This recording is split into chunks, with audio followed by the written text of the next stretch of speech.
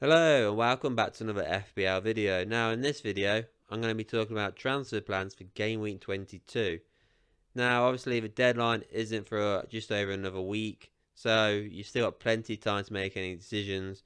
So if you are looking at making transfers, don't make any now, hold off and wait until the deadline, or at least the night before, because you still got a round of FA Cup games to play and you've got the League Cup games to play. So obviously Man United and Newcastle still have 2 more games to play after already playing 1 game already. So hold off on your transfers just yet, as we've still got a load of fixtures you have to play.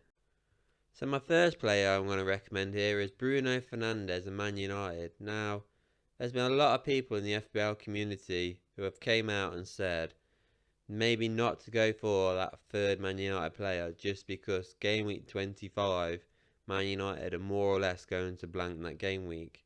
Which I get that they're going to blank, but if Man United do get this double game week for game week 22 against Leeds, look at those 4 games until game week 25. You're telling me that you're not going to bring a third Man United player in just because game week 25 they're going to blank? That makes no sense considering we've just had a double game week and quite a lot of people taking -8, -12 hits just because people double game weeking.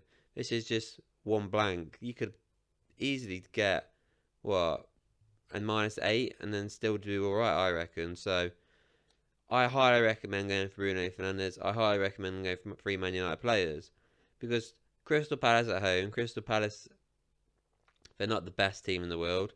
Leeds at home. Man United seem to be doing well against Leeds at the minute, especially at home. Then they got Leeds away. Hopefully they can do them there. And then Leicester at home. So that's 3 home fixtures in 4 games. That is unbelievable. And since Bruno Fernandes has come back from the World Cup, the guy's got 3 assists and 2 goals. So obviously now Ronaldo's gone, he's back to the player he once was. So it just seems mental that you wouldn't go for him just because there's one blank coming up in game week 25, which isn't even around the corner. You've still got 22, 23 and 24 games to play. So yeah, Bruno Fernandes, he's definitely my favourite player who I'm looking at bringing in for game week 22, and I'm sure he'll be yours too because the guy is playing sensational at the minute, and those fixtures, they just look too good to ignore. Now, this second player I've got up here is obviously a bit of a gamble, you could say. I mean, the guy's only literally just played 35 minutes of Premier League football, so there's not really a lot to go on, but anybody who watched that Liverpool game, Chelsea-Liverpool, and saw Mudryk come on, must have been impressed because I definitely was impressed with how he played. Now, I've never seen this guy play before, to be honest. I've seen the odd highlight on social media and that, but I've never actually watched him, and he looked good. I can't deny that.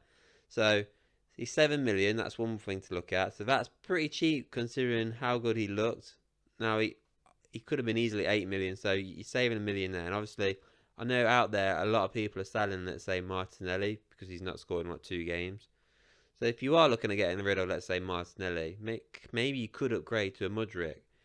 Now, they don't have a double game week coming up, obviously, so maybe people are turned off by that. But you look at the 3 fixtures they've got until game week 25.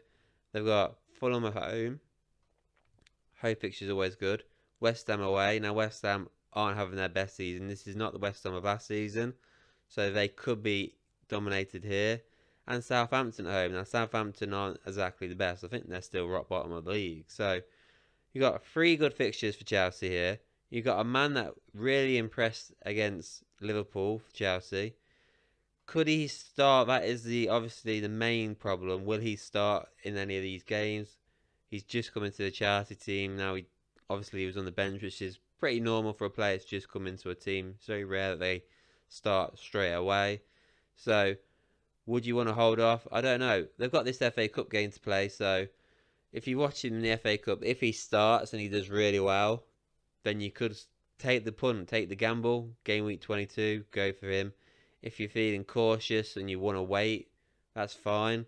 But a lot of people have similar teams now. There is this obviously called FPL template or Twitter template where most teams have similar teams now or similar players. So this could be that one differential right now where if you get in early, you could get a haul of points and you could climb up the ladder fast. Because I do think if he does well, particularly in the FA Cup game and in this Fulham game, and he starts both of them, that obviously he's just under 2% owned right now. That could easily and quickly jump up to 10%.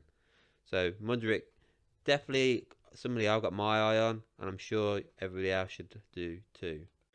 My next pick is a goalkeeper, which is quite a surprise probably for most, for me to pick a goalkeeper here, because it's very rare people decide to take a goalkeeper out as a transfer. Now, I've gone for Aaron Ramsdale. Obviously, it is a surprise. It's an Arsenal goalkeeper. You're thinking, why would you want an Arsenal goalkeeper when you can have an attacker? Because Arsenal are absolutely smashing it right now. So you've got choices of Nketiah, Martinelli, Saka, Odegaard. I'm sure there's somebody else out there missing. But there's plenty of choices for Arsenal players right now, even in their defence. But when you look at, I know a lot of people out there, for example, they've made a goalkeeping change where they've gone for like an Ederson. Now, Ederson costs more than Ramsdale. Ramsdale's only 4.9 million, so that's really cheap. And other people have gone for, let's say, Kepa, who's 4.5. So, yes, he's a bit more, but I'm sure people can free up funds to get an upgrade into Ramsdale. Ramsdale's got 9 clean sheets this season, so that is really impressive. Obviously, top of the league, you're going to get clean sheets, aren't you? But yeah, he's done really well this season. He seems to have gone under the radar. I remember when he first came into Arsenal, everybody wanted to own him because he was smashing it. Now it seems to be everybody's ignoring him, when I don't think you should. Obviously, we've got this cool double game week coming up in game week 23, which looks good. Obviously, Man City is the second game, but when you look at Arsenal recently, they've just beaten Spurs comfortably. They've beaten Man United. Obviously, they did score 2 goals, but nevertheless, they're still beating them. Man United did beat Man City, so there's every chance Arsenal can beat Man City, especially with this game being at the Emirates. So you could say they could get a clean sheet out of this game. Obviously, it's going to be tough because obviously Man City have got Haaland. But still, Everton away, Brentford at home, and Aston Villa away in between all that game. They're really good fixtures. Now, obviously, people are going to say, but I want the attacker. But this is just if you want to go for something different, because a lot of people aren't going to go for a Ramsdale either. Yes, he's 12% owned, which is high, I guess. But if you want to go for something different, let's say Arsenal could easily blank in one of these games. Obviously, you're thinking Man City straight away. But what if they blanked in, let's say, an Everton or a Brentford game, but they keep a clean sheet? You've got those clean sheet points, and there's a good chance he will get bonus points, maybe. So maybe if you want to go for differential, go for maybe a Ramsdale, because nobody, let's say, in the top 100k, I reckon, will be looking at Ramsdale as an option. So maybe go for that. Maybe go for the punt, and you never know. This could work. This could pay off. So that's why I brought Aaron Ramsdale into this. And there you have it. Those are the 3 players I suggest you take a look at bringing in for game week 22.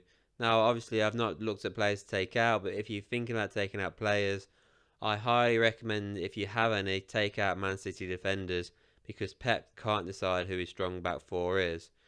Now, obviously, that makes no sense when I've suggested bringing in 2 midfielders or a goalkeeper, but hey ho, that's the way it goes, eh? Anyway, please don't forget to like and subscribe, and I hope you like that video, and I'll see you all on the next one.